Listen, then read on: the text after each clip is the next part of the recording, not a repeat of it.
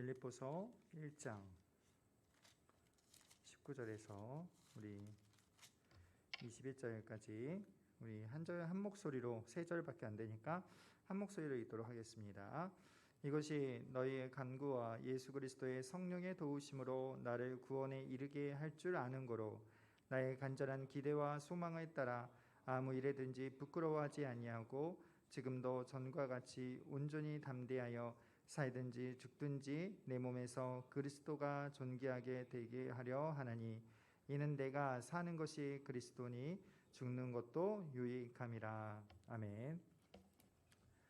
자, 여러분, 이제 우리가 구원론을 마치고 이제 오늘부터 오늘 다음 주까지 아마 이제 종말론, 이제 우리가 죽은 후에 신자가 죽은 후에 어떻게 되는가에 대해서 우리가 좀 간략하게 살펴보도록 하겠습니다. 자, 빌립보서는 바울이 로마 감옥에 갇힌 상태에서 빌립보 교회에 쓴 서신이죠. 그래서 바울이 감옥에 갇혀서 서신서를 썼다 해서 편지를 썼다 해서 옥중서신이라고도 부릅니다. 자, 바울이 지금 현재의 모습은 어떻게 될지 알 수 없는 상태예요. 그가 언제 어디로 끌려갈지 또 죽을지 살지 잘 모르는 상태에서 바울은 18절에 우리가 읽진 않았지만 18절에 기뻐하고 기뻐한다라고 말하면서 이 서신을 쓰고 있습니다. 또 우리가 오늘 읽은 것처럼 살든지 죽든지 자기는 그리스도를 존귀케 되기를 원한다라고 이렇게 고백하고 있습니다. 바울에게 여러분 어떻게 이러한 죽음의 위협의 한복판에서 바울은 이러한 고백을 할 수 있을까? 또 이러한 고백이 단지 사도 바울이었기에 그에게만 해당되는 것인가? 그것이 아니죠. 오늘 이 본문은 오늘 우리에게도 요구하는 말씀이라고 할 수 있습니다. 우리가 이 세상에서 어떠한 태도로 살아가야 하는지, 어떠한 태도로 살아가기 위해서 우리가 오늘 본문에서 교정되어야 하는 것은 무엇이냐면은 우리가 죽음에 대한 이해라고 할 수 있어요. 바울은 죽음을 어떻게 이해했길래 그는 죽음도 두려워하지 아니하고 오히려 기뻐하고 기뻐하며 그리스도가 내게서 존귀하게 되기를 원한다고 고백했을까? 그가 바로 믿고 있던 그 복음이 과연 어떠한 것이었길래 그는 그렇게 담대히 말할 수 있는가? 우리는 그러기 위해서 먼저 우리 소요리 문답을 읽고 우리가 믿는 복음의 내용을 좀 살펴보도록 할게요.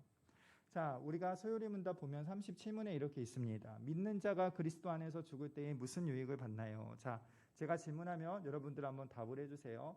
믿는 자가 그리스도 안에서 죽을 때에 무슨 유익들을 받나요?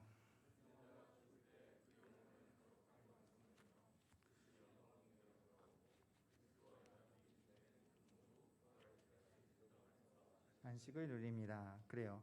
소요리 문답은요, 우리가 죽으면 우리의 영혼은 거룩함에 이른다, 거룩함이 완성된다, 또는 영광 중에 들어간다, 또는 그리스도와 함께 있게 된다라고 말합니다. 그리고 육신은 어떻게 되느냐? 화장이든 매장이든 그리스도 안에서 잠을 잔다라는 거예요. 안식을 누린다라고 설명합니다. 여기서 중요한 포인트는 그리스도 안에 있다라는 거예요. 예수 믿는 사람은 살아도 그리스도 안에 있는 것이고 죽어도 누구 안에 있다? 그리스도 안에 있다. 이것이 이제 구원이라는 거죠. 그리스도 안에서 죽은 사람은 육신은 안식을 누리고 영혼은 영광 중에 이른다라는 것이 오늘 소요리 문답의 설명입니다. 한마디로 다시 말해서 우리의 영과 몸은 분리가 되죠. 죽으면 분리가 됩니다. 그리고 그리스도 안에서 둘 다 안식을 누립니다. 성경은 종종 그리스도인의 죽음을 보면서 잔다라는 표현을 했는데 그것은 이제 육신이, 영혼이 아니라 육신이 그리스도 안에서 쉼을 말하는 표현이라고 할 수 있습니다.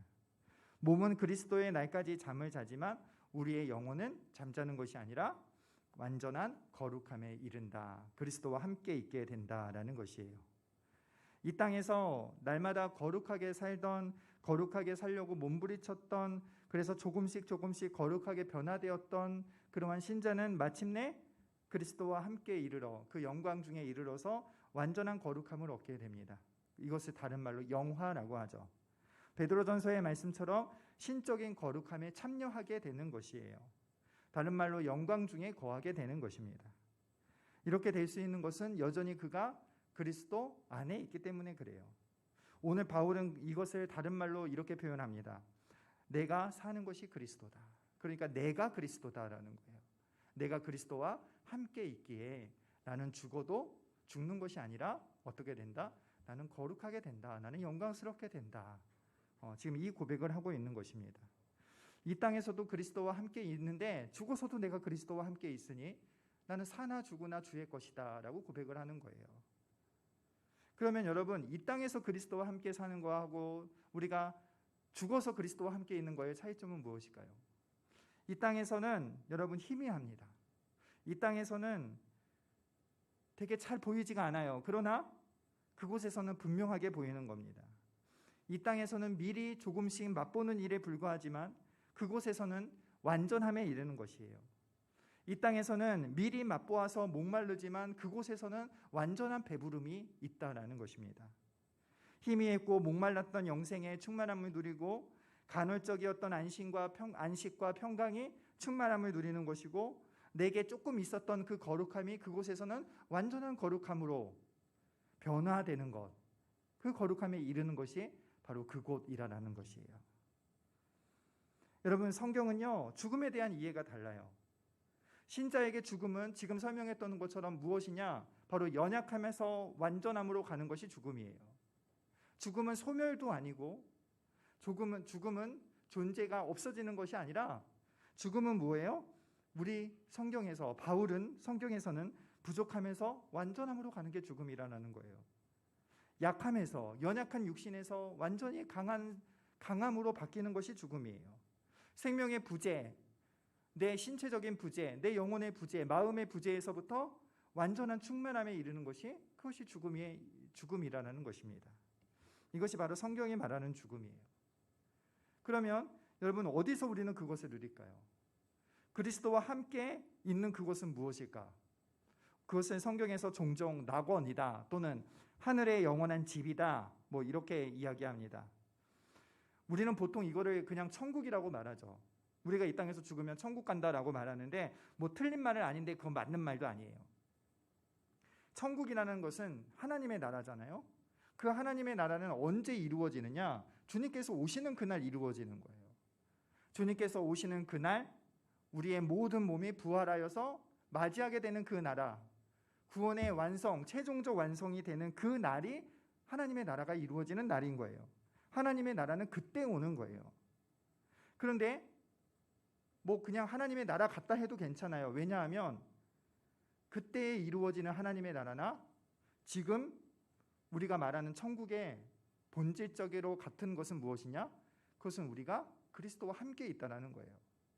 사나 죽으나 그리스도와 함께 있으니 그곳을 천국으로 말해도 그냥 틀린 말은 아니라는 거예요. 중요한 건 뭐예요? 중요한 거는요 우리가 사나 죽으나 그리스도 안에서 그리스도와 함께 있다라는 거. 살아서는 그 그리스도와 함께 있지만, 살아서는 부족함을 느끼고 연약함을 느끼지만, 죽어서는 생명의 충만함을 누리는 곳이 바로 예수님과 함께 있는 그 나라라는 것이에요. 다시 정리해서요, 하나님의 나라는요 마지막 날에 이 땅에 임하는 날이에요. 구원의 완성의 날에 성취되는 것이 바로 하나님의 나라예요. 부활의 몸을 입게 되는 그날이 바로 마지막 날이고, 그날에 하나님의 나라가 성취되는 것이에요.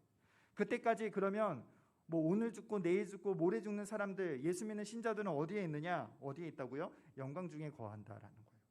그리스도와 함께 있게 된다라는 것이에요. 바울은 이것을 알기에 내가 사나 죽으나, 나는 빌립보서 1장에 보면 이런 말씀이 있죠. 나는 사나 죽으나 아무렇지도 않다. 나는 사실 죽어서 그리스도와 함께 있는 것이 더 좋지만 내게 맡기신 일이 있어서 나는 오늘 살아가야 된다라고 말하는 거예요. 바울에게 있어서 사는 것보다 죽는 것이 더 나은데, 그 이유는 그리스도 안에 충만히 거하기 때문에 사도 바울은 그렇게 고백했던 것이에요. 그래서 그에게 있어서 사나 죽으나 어쨌든 나와 그리스도와 함께 있으니, 내가 사는 것이 유익하다면 이건 나중에 말할게요. 다시 내가 사나 죽으나 나는 그리스도의 것이다 라고 말하고 있는 것이에요. 여러분, 오늘 우리가 믿는 복음은요 바로 이런 것이에요. 우리가 고백하는 신앙은요 바로 이러한 신앙이에요. 바울은 여러분 믿음에 있어서 죽음의 이해도, 바울은 믿음으로 죽음의 이해를 달리했어요. 그래서 사나 죽으나 자신은 주의 것이고 죽는 것도 좋다라고 말할 수 있었던 것입니다. 고린도후서에서는 하늘로부터 오는 처소를 덧입기를 내가 사모한다 라고 오늘 바울은 고린도후서에서 이야기하고 있습니다. 여러분, 오늘날의 신앙은요, 너무나 현세적인 신앙이 되어버렸어요. 이 신앙이요, 이 땅에서 유익하게 살고 이 땅에서 역경과 고난을 이겨나가는 하나의 도구로만 생각하게 되었습니다. 이 땅에서 잘 살고 잘 먹는 것이 신앙의 목적이 되어버렸다는 것이에요. 그런데요, 우리나라가 가난했던 시절에는요, 사실 세상의 소망보다는 하나님 나라의 소망이 강렬했어요. 이 세상이 너무나 고생스러웠기에 이 세상의 삶이 아니라 저 세상의 삶, 햇빛보다 더 밝은 집 내 집이네 하면서 찬양했던 그러한 신앙의 선배들이 너무나 많았다는 거예요. 하나님 나라에 대한, 영원한 나라에 대한, 영원한 집에 대한 간절한 소망을 담은 찬양이 그 시절에는 많았어요. 그런데 여러분, 오늘날 어때요? 오늘날 CCM을 보세요. 오늘날 CCM 노래들 보면 그런 거는 거의 찾아볼 수가 없는 거예요. 있기는 있어요. 그러나 정말로 희귀할 정도예요. 대부분이 비전, 힘내서 잘 사는 것 등이 이 땅에서 누리는 그냥 단순한 평화와 행복을 말하고 있는 찬양의 가사들이 너무나 많다라는 거예요. 물론 그것도 여러분 틀린 것이 아니지만 궁극적으로 우리의 신앙은 거기 이 땅이 아니라는 것이에요. 궁극적으로 우리 신앙의 방향과 종점은 어디냐? 그것은 하나님의 나라라는 거예요. 오늘 우리는 이 나라를 고대하고 살아야 된다는 것입니다. 바울의 고백처럼 우리의 간절한 기대와 소망은 예수를 믿고 이 땅에서 잘 먹고 잘 사는 것이 아니라 예수님과 함께 있는 것, 하나님 나라에 이르는 것이 바로 간절한 기대와 소망으로 변해야 된다는 거예요. 오늘날은 여러분 이 신앙에 대해서 생각하지 않는다는 것입니다. 오직 간절한 기대와 소망이 무엇이에요? 대학 가는 거예요. 간절한 기대와 소망이 무엇이에요? 기도 열심히 해서 결혼 잘하고 취업 좋은 데 하고 좋은 데 이직하는 거예요. 우리의 본질적 신앙이 그것이 아니라는 거예요. 우리의 본질적 신앙은 뭐예요? 우리의 간절한 기대와 소망은 뭐예요? 그것은 예수 그리스도라는 거예요. 예수 그리스도와 함께하는 것이라는 거예요. 그 영원한 나라라는 거예요. 여러분, 우리는요 이 신앙을 잘 생각하지 못해요. 왜냐하면 첫 번째 이유는 젊어서 그래요. 젊어서. 그렇지만 여러분, 젊음이 죽음을 막을 수는 없어요. 오늘 우리가 예수를 빨리 믿어야 하는 이유는 바로 여기도 있지요. 젊다고 죽지 않는 것이 아니기 때문에. 둘째로는요, 여러분 이 세상의 문화가 우리를 그렇게 만들어요. 이 세상에 먹을 것이 너무나 많아요. 이 세상에 즐길 것이 너무나 많아요. 이 세상에 좋은 게 너무나 많다는 거예요. 그래서 여러분, 하루라도 즐기고 하루라도 놀기를 부추기는 세상에 우리가 살기에 저 영원한 나라에 대한 관심이 사라지게 되는 거예요. 신앙도 그 더 좋은 것을, 더 즐거운 것을 이 땅에서 복받아서 누리자로 자꾸만 방향이 조절되어지는 거예요. 이건 안타까운 현실이라는 거죠. 여러분, 그러나 꽃은 푸르지만 곧 마르게 된다는 것입니다. 풀은 마르고 꽃은 시들게 된다는 것이에요. 여러분, 우리가 회복해야 될 신앙은요 뭐예요? 우리의 간절한 기대와 소망이 자꾸만 바뀌어져 가야 하는 것이에요. 이 땅의 것에 집착하고 이 땅의 것에 필요 이상의 가치를 두고 이 땅의 것에 목매고 사는 것이 아니라 우리의 삶이요 시간이 지날수록, 신앙의 연수가 갈수록 더해질수록 우리의 신앙이, 우리의 가치가, 우리의 삶의 목적과 방향이 하나님의 나라로 점점점 맞추어져 가야 한다는 거예요. 가치가 바뀌어야 된다는 거예요. 복음이 우리의 가치를 바꾸어 놓는다는 것이에요. 그래서 여러분, 우리는요 복음을 듣고 들어야 되는 것이에요. 복음을 깊게 알고 계속 알아야 되는 것이에요. 복음을 알면 알수록, 복음을 들으면 들을수록 우리의 영적인 눈이 떠지기 때문에 그래요. 우리의 간절한 기대와 소망이 날마다 변화되어지기 때문에 그래요. 그래서 또 듣고 듣는 거예요.